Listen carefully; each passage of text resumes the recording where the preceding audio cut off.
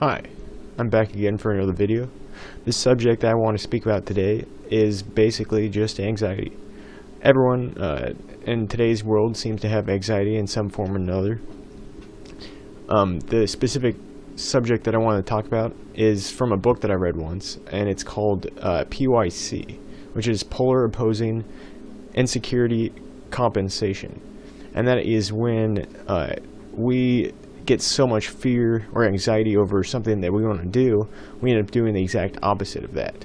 So that could be from trying to hide our insecurities, or say if you want to approach someone and you have a lot of anxiety about it, if you don't act within the first 3 seconds, your brain will form a list of all these irrational thoughts that you will think are logical at that point.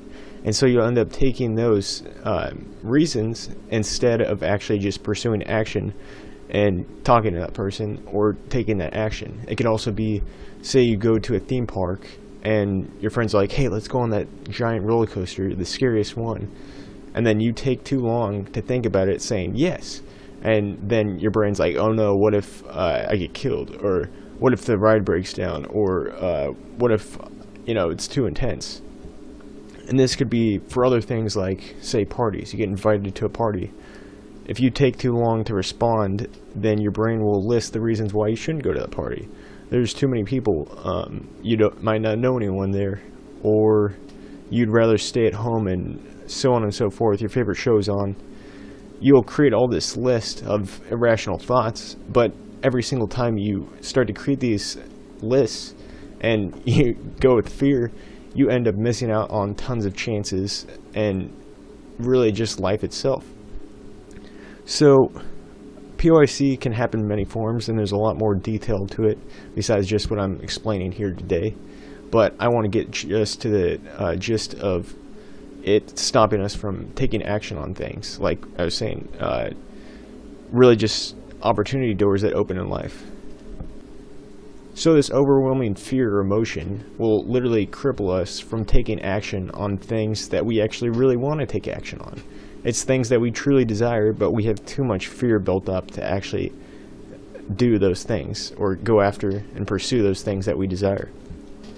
And it's all within the very first 3 seconds of the issue or whatever it is.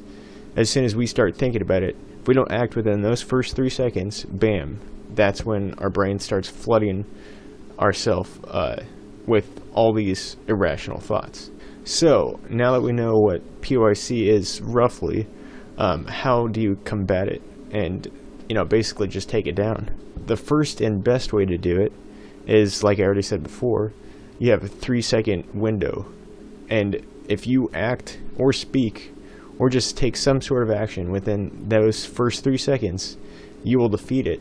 And it'll feel almost exhilarating because you're defeating that fear of whatever it is. But after you defeat it in those first 3 seconds, bam, it's gone. The anxiety is relieved. And then you realize everything that you could have feared in that short amount of time is just disappeared. The next way you can do it, if you don't want to take action right then in those first 3 seconds, is take a deep breath in and take a deep breath out.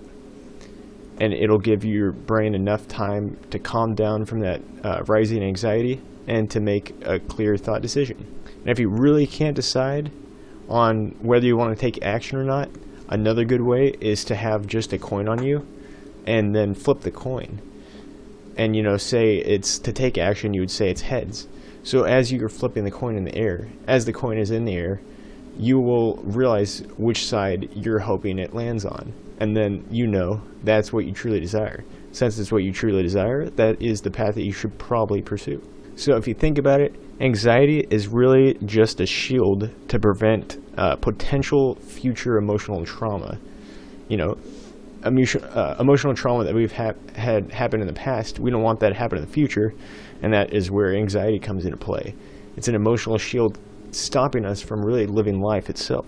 Because that's part of life, is taking chances, and sometimes things don't work out, but you just have to move on past that and be willing to take chances again later in the future.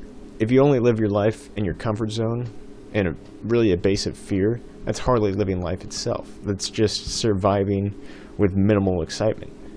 And you can't wish for things to change if you aren't willing to take those opportunities when the doors are open. You know, if you start passing by all these opportunities, then obviously you're not going to have change. You're just going to have the same thing that you've always had. So when it comes down to it, I suggest take more chances in life than staying in your comfort zone, and you might be pleasantly surprised. It might not always turn out as your, anxiety fears might arise it to be. So that's basically all I wanted to talk about today. Anyhow, have a good day.